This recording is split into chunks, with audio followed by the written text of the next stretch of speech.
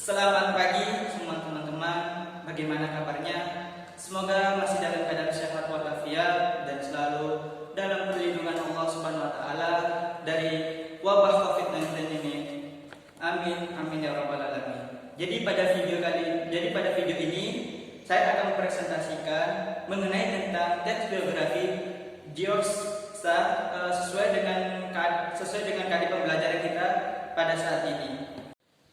Sebelum kita menganalisis struktur dan kaidah kebahasaan teks biografi George Sand, saya akan menjelaskan sedikit pengertian teks biografi, apa saja ciri-cirinya, terus strukturnya, dan apa saja kaidah kebahasaan teks biografi. Baik, untuk yang pertama yaitu pengertian dari teks biografi. Apa sih itu teks biografi? Jadi biografi itu teks yang bertujuan untuk menceritakan kisah perjalanan seseorang, di mana seseorang ini dia berpengaruh dan fenomena di tengah masyarakat.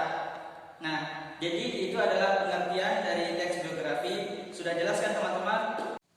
Baik, untuk selanjutnya yaitu ciri-ciri teks biografi. Apa saja ciri-ciri teks biografi? Jadi ciri-ciri teks biografi itu ada 6, di mana pertama, isi teks biografi menceritakan kisah perjalanan seorang tokoh.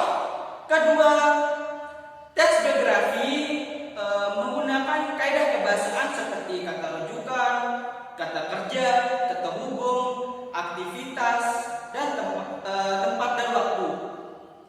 Ketiga, teks biografi umumnya disusun mengikuti struktur tertentu seperti orientasi, kejadian atau peristiwa penting, dan reorientasi. Keempat, pola pengembangan teks biografi itu bersifat kronologis. Kelima, teks biografi menggunakan bahasa lugas dan jelas.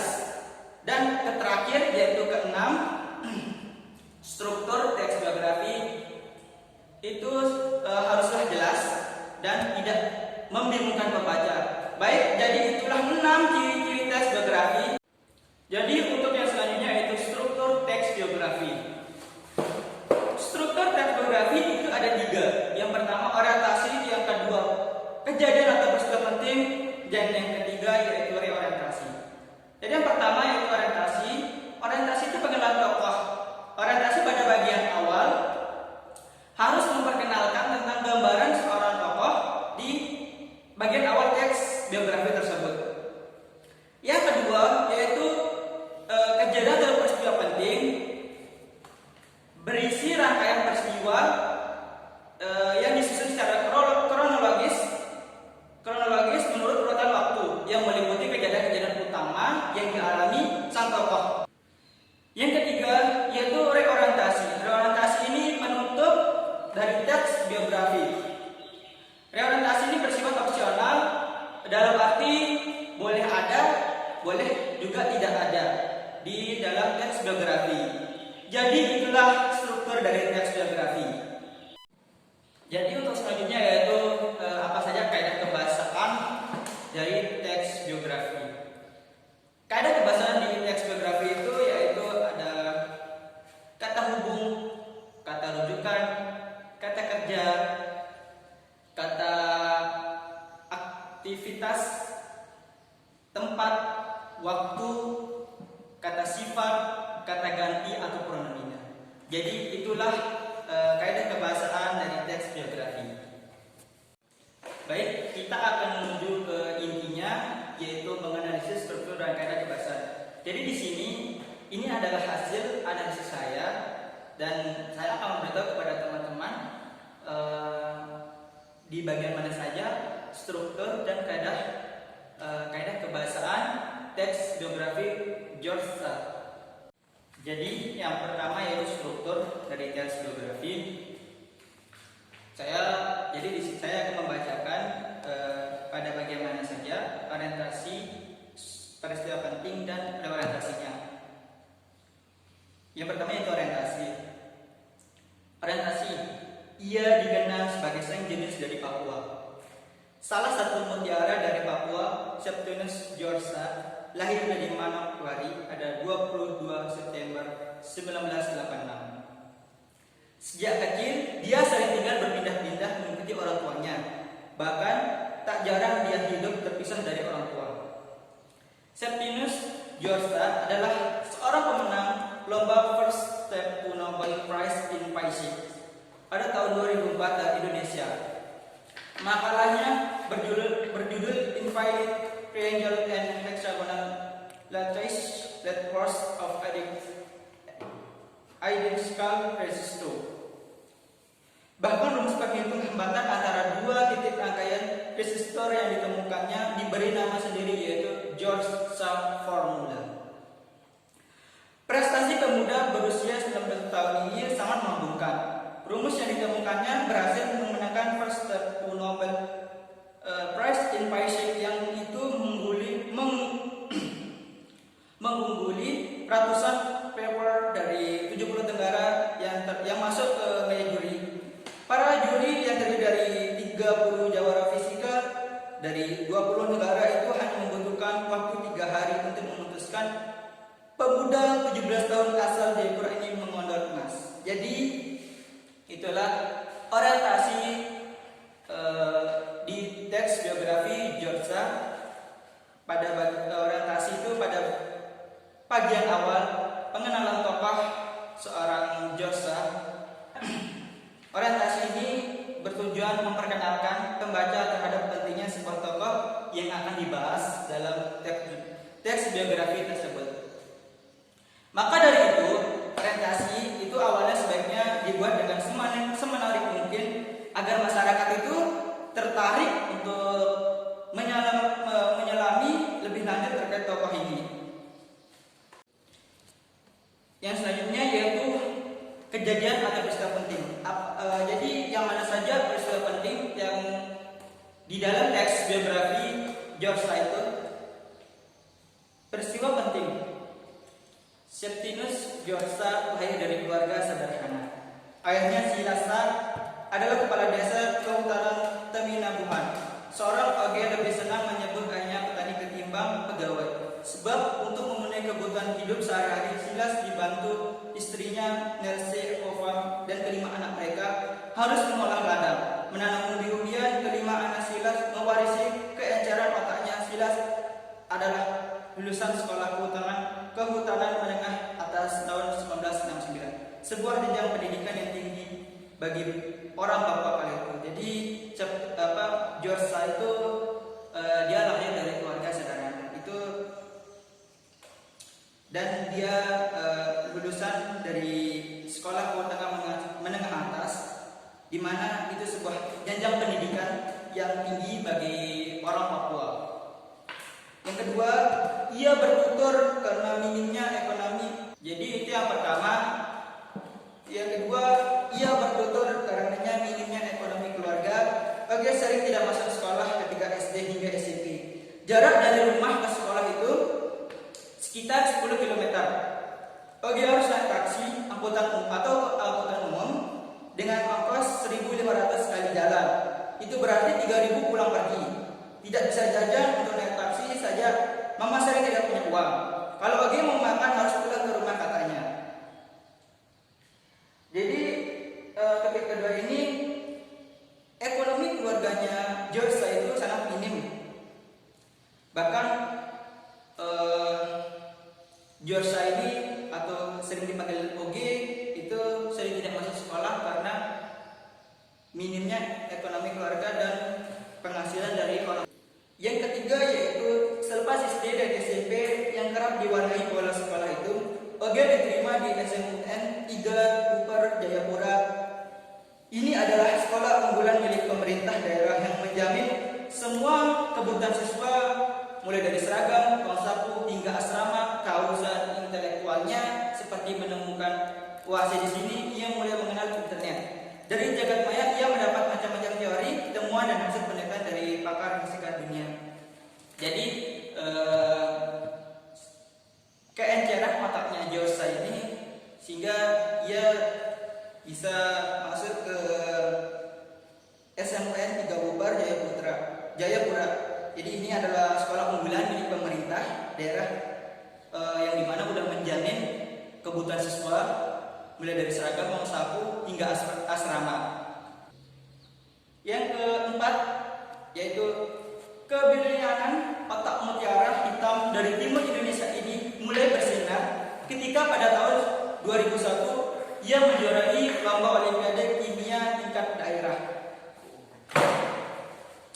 Jadi itulah yang keempat dari peristiwa penting di tes geografi. Jadi yang kelima yang terakhir yaitu karena itu tahun pertama George tak langsung kuliah, dia belajar bahasa di sekolah bahasa Inggris di Cleveland, negara bagian Ohio, Amerika Serikat selama setahun. Yang ngebut belajar bahasa mulai pukul 08.00 hingga pukul 17. Dia melengkap materi-materi bahasa Inggris. Nah, yang di bagian kelima ini George ini belum bisa sebenarnya menggunakan bahasa Inggris, sehingga ia mulai belajar bahasa Inggris di Cleveland, negara bagian Ohio, Amerika Serikat. Maka dari itu dia langsung ngebut untuk belajar bahasa Inggris mulai pukul 08 hingga 17.00. Inggrisnya tersebut. Jadi itulah peristiwa-peristiwa penting di teks biografi George. Selanjutnya yaitu reorientasi. Reorientasi ini adalah penutup di teks biografi. Reorientasi bersifat opsional, jadi boleh ada maupun boleh tidak ada di dalam teks biografi. Nah, jadi di reorientasi ini terletak di bagian akhir dari teks biografi. Umumnya memang terletak di bagian akhir di teks biografi karena memang reorientasi itu bersifat opsional, jadi dalam arti boleh ada dan tidak ada. Reorientasi. Saya mempelajari dari grammar dan kosakata. Jelas anak bungsu pasangan Hilasa dan Nelly Wafak itu. George lulus pada akhir 2009. Ini dia bekerja di perusahaan internasional yang bergerak di bidang migas. Sembari bantu-bantu di lembaga yang punya beasiswa Freedom Institute. 3 minggu ini aku di Jakarta. Nanti kalau lagi katanya. Jadi itulah reorientasi dari teks biografi George. Nah, jadi itulah orientasi peristiwa kejadian dan orientasi di teks biografi George. Kemudian sekarang kaidah kebahasaan, kutipan kaidah kebahasaan di teks biografi George. 1. Menggunakan pronomina atau kata ganti orang ketiga tunggal. Jadi kutipan di teks biografi tersebut yaitu pertama, oleh karena prestasinya itu ia mendapat beasiswa ke Jakarta dari pemerintah Provinsi Papua. Nah, kata gantinya itu kata ia. Itu adalah kata ganti orang ketiga tunggal. Kedua, George memilih perguruan tinggi manapun di Indonesia tanpa tes. Kampus tempat dia kuliah juga diwajibkan memberikan fasilitas belajar. Nah, di sini kata ganti orang ketiga tunggal yaitu dia. Kampus tempat dia kuliah. Jadi dia itu adalah kata gantinya. Kata ganti itu menggunakan kata ia atau dia ataupun beliau. Yang kedua yaitu banyak menggunakan kata kerja tindakan untuk menjelaskan peristiwa-peristiwa atau perbuatan fisik yang dilakukan oleh tokoh. Kutipannya yaitu Abu Lena saat puteri sulung Silas mengikuti jejak ayahnya.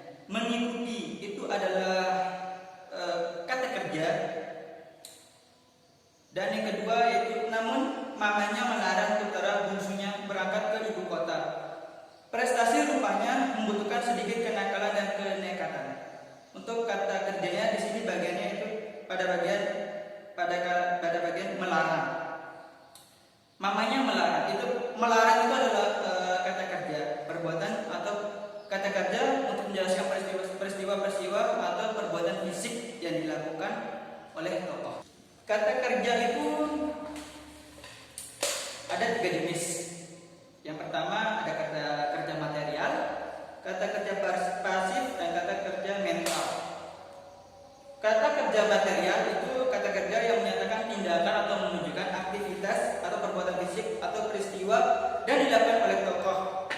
Dan kata kerja pasif adalah kata kerja yang digunakan untuk menjelaskan peristiwa yang dialami oleh tokoh sebagai subjek yang diceritakan.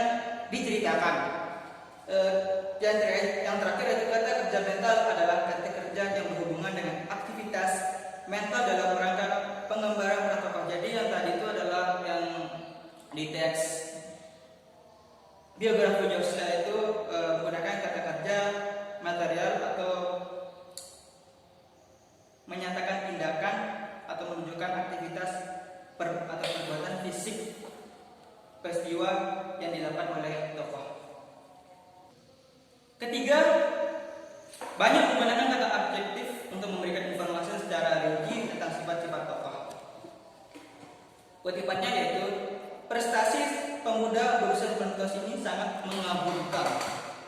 Jadi kata sifatnya itu sangat mengagumkan itu untuk kata adjektifnya tentang sifat-sifat tokoh.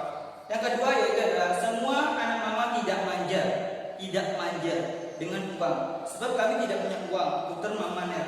Jadi tidak manja itu adalah kata kerja adjektif untuk memberikan informasi secara rinci tentang sifat-sifat tokoh. Yang keempat, banyak menggunakan kata kerja pasif untuk menjelaskan peristiwa yang dialami tokoh sebagai subjek yang diceritakan. Kutipannya yaitu selepas SD dan SMP yang kerap diwarnai bolos sekolah itu Oke diterima di SMA UN 3 Bubar Jayapura. Nah, jadi kata kerja pasifnya itu adalah diwarnai. Itu adalah kata kerja pasifnya.